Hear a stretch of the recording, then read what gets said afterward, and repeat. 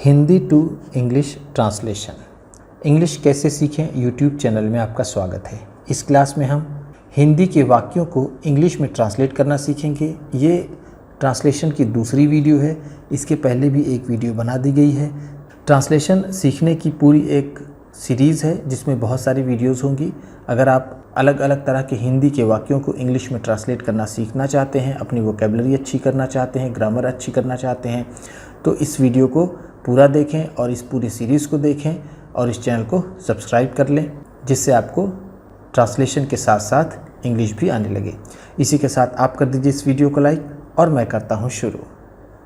ये पहला सेंटेंस लेते हैं, राम को घर जाना है। इस तरह के सेंटेंस में जिसमें जाना है, आना है, खाना है, पाना है, इस तरह से अगर होता है तो उसमें हम हैज़ टू का या फिर हैव टू का यूज़ करते हैं। वो सब्जेक्ट के ऊपर निर्भर करता है। जैसे राम को घर जाना है तो राम, पहले ये सब्जेक्ट देखते हैं हम, यह राम को। Has to go home, Ram has to go home. ठीक है, तो हमने हैज़ टू का यूज़ किया ना है के लिए। ठीक है, घर की मीनिंग होती है होम या फिर हाउस। ठीक है, और गो का मतलब होता है जाना। तो राम को घर जाना है, Ram has to go home. अगला सेंटेंस देखते हैं। दूसरा है, छात्रों को कहानियाँ लिखनी है। तो इसमें छात्रों को यानी students have to write, have to write. छात्रों को लिखनी है कहानियाँ, स्टोरीज़। तो हमने देखा जब सब्जेक्ट प्लूरल होगा तो हम हैव का यूज़ करेंगे और जब सब्जेक्ट सिंगुलर होगा तो हम हैज़ का यूज़ करते हैं। जैसे पिछले सेंटेंस में हमने देखा था राम एक सिंगुलर सब्जेक्ट है, इसलिए हमने हैज़ का यूज़ किया था। अगला देखते हैं, मुझको पत्र लिखना है। ध्यान दीजिएगा, अगर मुझको या फिर मुझसे लिखा हुआ है तो उसके लिए हम आई का यूज़ करेंगे। ठीक है, तो मुझको पत्र लिखना है तो I have to write letter, I have to write a letter. तो ये हमारा ट्रांसलेशन हो गया। मुझको के लिए या फिर मुझसे के लिए हम आई का यूज़ करते हैं। आई को इंग्लिश में प्लूरल माना जाता है, इसलिए यहाँ पर हमने हैव टू का यूज़ किया है। अगला देखते हैं, उसको किताबें पढ़नी है। अब देखिए यहाँ पर उसको है, उसको हो या फिर उससे हो।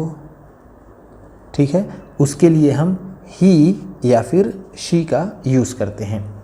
जैसे he has to read books, he has to read books, उसे किताबें पढ़नी हैं। अगर ये कोई फीमेल हो तो उसके लिए हम यहाँ पर शी लिख देंगे। ठीक है, पढ़ने की इंग्लिश होती है रीड। ठीक है, बुक्स किताबें। अगला है, मोहन से चला नहीं जाता। अब इस तरह के सेंटेंस में बैठा नहीं जाता, चला नहीं जाता, खाया नहीं जाता, तो इसके लिए हम नॉट एबल टू का यूज़ करते हैं, नॉट एबल टू। ठीक है, तो हम इसे ट्रांसलेट करेंगे। तो मोहन से है तो Mohan is not able to walk. ठीक, वॉक का मतलब होता है चलना या फिर टहलना। तो मोहन से चला नहीं जाता, Mohan is not able to walk.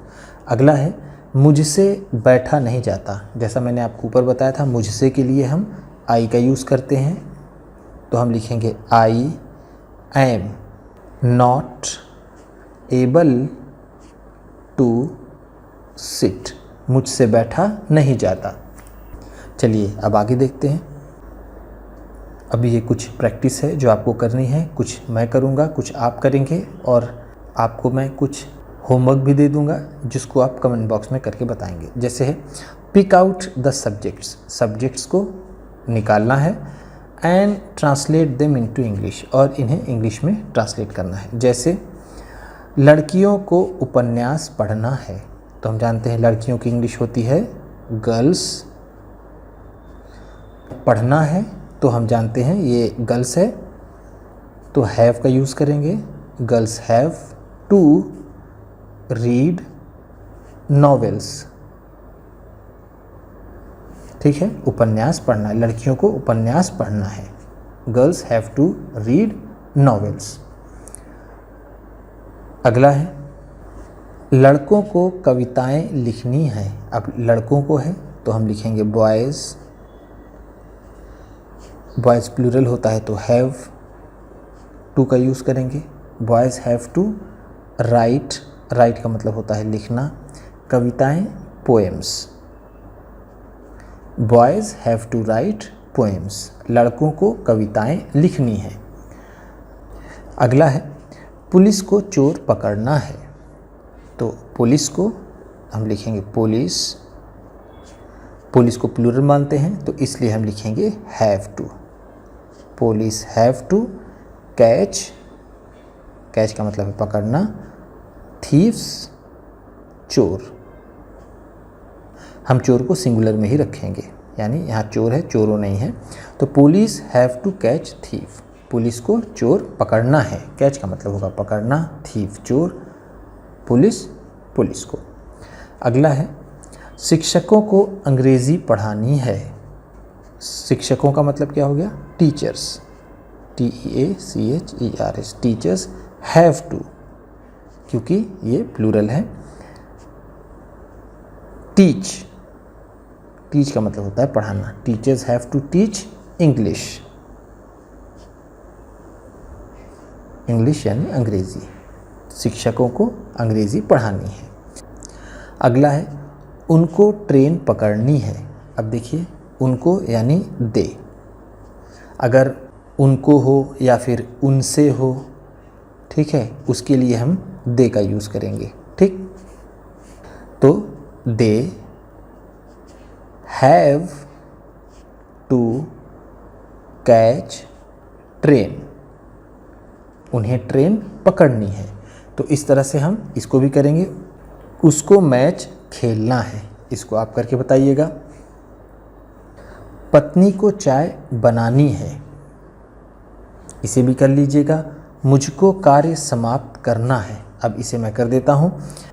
मुझको के लिए हम आई का यूज़ करेंगे। I have to finish. मुझे समाप्त करना है द वर्क।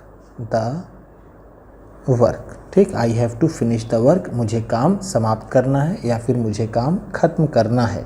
ठीक, दोनों का मतलब एक ही हुआ।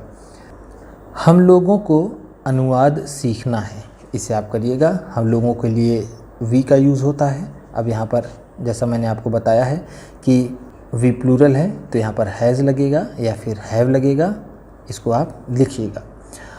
उनको अंग्रेज़ी सीखनी है, उनको की भी इंग्लिश मैंने बताई थी आपको। इसके लिए हम दे यूज़ करेंगे। अब ध्यान दीजिएगा कि हैव टू यूज़ करना है या फिर हैज़ टू यूज़ करना है, इसे आप करिएगा। अगला देखते हैं मुझसे बैठा नहीं जाता। तो मुझसे के लिए हम क्या यूज़ करते हैं? आई का। I am not able to sit. मुझसे बैठा नहीं जाता। उस बुढ़िया से खड़ा नहीं हुआ जाता। तो हम लिखेंगे उस बुढ़िया से। फिर लिखेंगे that old woman. Old woman. That old woman is not able to stand. तो हम लिखेंगे, तो हमने लिखा that old woman is not able to stand. उस बुढ़िया से खड़ा नहीं हुआ जाता या फिर वह बुढ़िया खड़ी होने में असमर्थ है, इसका भी मतलब यही होगा। अगला देखते हैं उससे खाया नहीं जाता। तो इसका मतलब होगा उससे के लिए हम ही या फिर शी का यूज़ करते हैं। तो he is not able to eat. वह खाने में असमर्थ है या फिर उससे खाया नहीं जाता। अब उनसे दौड़ा नहीं जाता, इसे आप करिएगा। बच्चों को पतंग उड़ाना है। पतंग उड़ाने की इंग्लिश होगी फ्लाई काइट्स। फ्लाई काइट्स, ठीक। तो इस तरह से आपको ट्रांसलेशन करने की प्रैक्टिस भी करनी है। जो आपको ना समझ में आया हो, कोई कन्फ्यूजन हो, तो उसे आप कमेंट बॉक्स में कमेंट करके पूछ सकते हैं। इसी तरह की वीडियोस और ढेर सारी रीडिंग की, ट्रांसलेशन की और बहुत से इंग्लिश सीखने वाली वीडियोस पाने के लिए चैनल को सब्सक्राइब कीजिए और ये वीडियो किसी न किसी अपने एक दोस्त को, मित्र को, परिवार वाले को शेयर भी ज़रूर कर दीजिएगा। तो चलिए मिलते हैं फिर अगले वीडियो में।